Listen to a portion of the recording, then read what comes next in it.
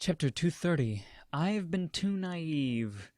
I have been too naive. So naive, it makes chocolate seem bitter in comparison. Since becoming a god, the only one capable of opposing me is Kuro. Even with Kuro, I can avoid direct confrontation, then I recognize I can do whatever I like. In reality, it is like that too.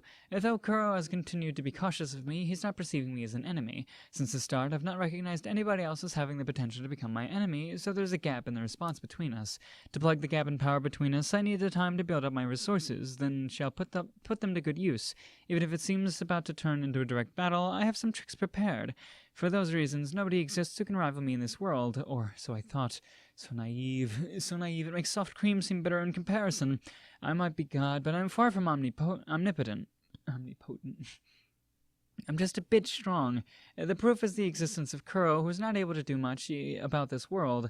I should have thought a bit more deeply about this, even if I had considered it. Maybe nothing would be any different, though, and yet I still have regrets. I should have known the depths of malice that people can have, just how vicious the humans of this world can be, what I absolutely need to be vigilant against. It's not simply people's strength, but rather just how cruel their feelings can become instead. I should have known, yet I looked down on it. So naive, it makes raw sugar seem bitter in comparison.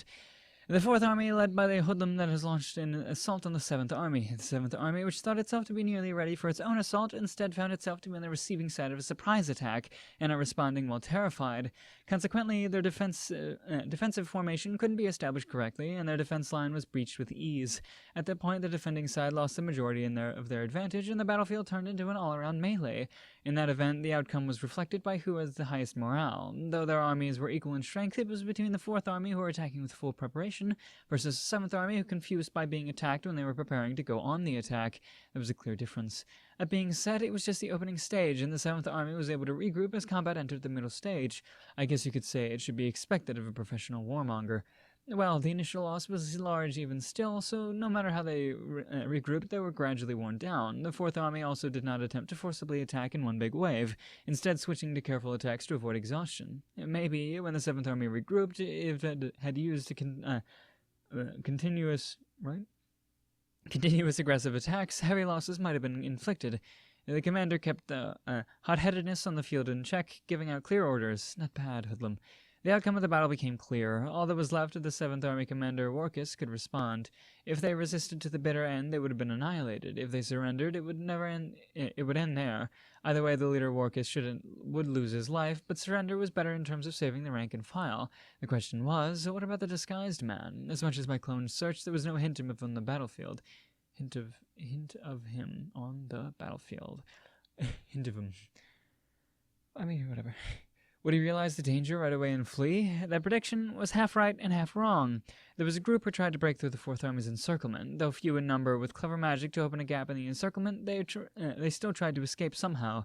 The common trait of that group was that they all had hoods concealing their faces.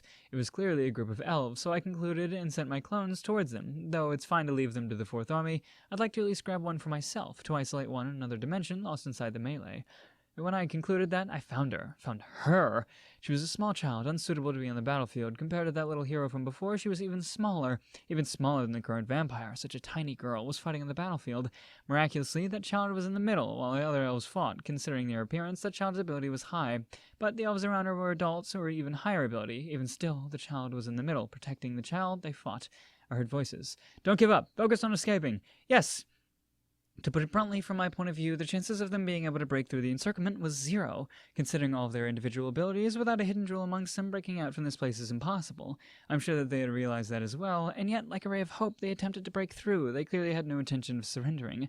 They plunged themselves forward desperately, as if to prove it one by one they fell. Kirin, go, Oka! But, go! I'm already done for! Don't say that! You're going to save your pupils, right? Don't stop in a place like this! Go! The mortally wounded man musters his final strength through a rush. Even still, he's easily countered and runs through the blade. And ran through, I believe, whatever. And dies. No matter one's resolve, one's conviction, without strength you cannot accomplish your goals. They're elves, but there's something different about them. They're different to the ones who were sent to target me. That lot were clowns, knowing nothing, yet only believing in their own righteousness. That lot the Demon King said with a full faction, with content. But I don't understand about that. Oka and pupils. What he said. As to the meaning of those words, I realized it right away, because that shot in the middle of the elves, her soul was on a completely different level to the other elves. The feeling from her soul is similar to the vampire girl. That means only one thing. I used space magic, sheltering the group of elves. At the same time, I recovered the corpses, too. The Fourth Army members see their opponents suddenly vanish, let out cries of confusion. The elves thrown in a strange location also gape in incomprehension at their current situation. But once they realize they've been saved, they raise cheers. I heave a sigh of relief, but the next moment an uncontrollable anger bursts out. Shit! Shit! Shit! Shit! Shit! Shit! Shit! Shit! Shit! Yes, I get it. I get it already. The enemy's motive. The enemy didn't care whether the coup d'etat was successful or a failure. It was just a test to see if it could be done. That way, if the Demon King's army discovers a reincarnator, what action will they take to see that action? If they've been observing, then they would know the Demon King is sheltering the vampire girl. The enemy would wanted to see just what kind of a reception the reincarnator would receive here. In addition to that, to determine if they could be used as a hostage against the Demon King or maybe a disposable pawn. Originally, I'm sure that group of elves intended to go against the Demon King directly. That way, the Demon King cannot fail to react whether she likes it or not. Then, due to the surprise attack from the Fourth Army, their plans changed. The way things were going, that group would likely have been annihilated without producing any results. However, I saved them. Such humiliation. Why, after doing that, do I have to send back to the person to be under the enemy's thumb? Sticking to her soul, I saw the fragment of another parasite-like soul. If something happened, it seemed the person's soul could be taken over. If I had decided to keep hold of that person, I'm sure the enemy would have done that without hesitation. That person has been taken hostage. By saving her, I've let the enemy know that she is a value as a hostage. This way, the enemy shouldn't be able to carelessly accompany her either. A hostage is basically someone who has value while alive, after all. While she has practical value, the enemy can't throw her away easily, either. If the enemy does something stupid, I won't go easy on them. I took a look at the group I've saved. She's crying. While vomiting, she's crying.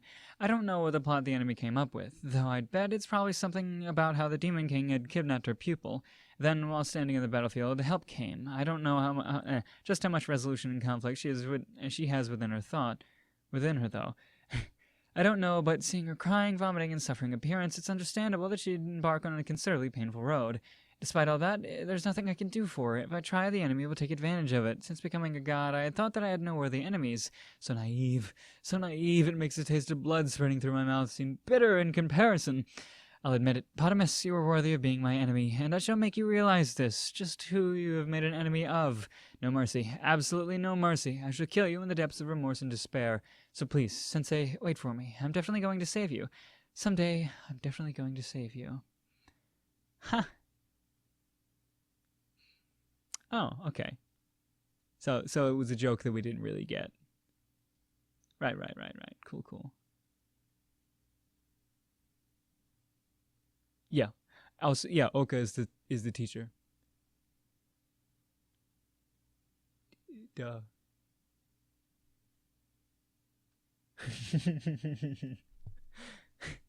Yep. Cool. So, okay. Oka has like a trap inside of her, or not like but like a. She's got the Potamus has a thing, has part of his soul, or just like something inside her that he can fuck her up if he needs to, and that's what she's saying about saving her. Because if she actually does anything with the girl, then Potamus will have an advantage, I guess, is basically the gist I got of that, which could be completely wrong. This chapter is a little confusing. Somebody clarify things for me. Thank you.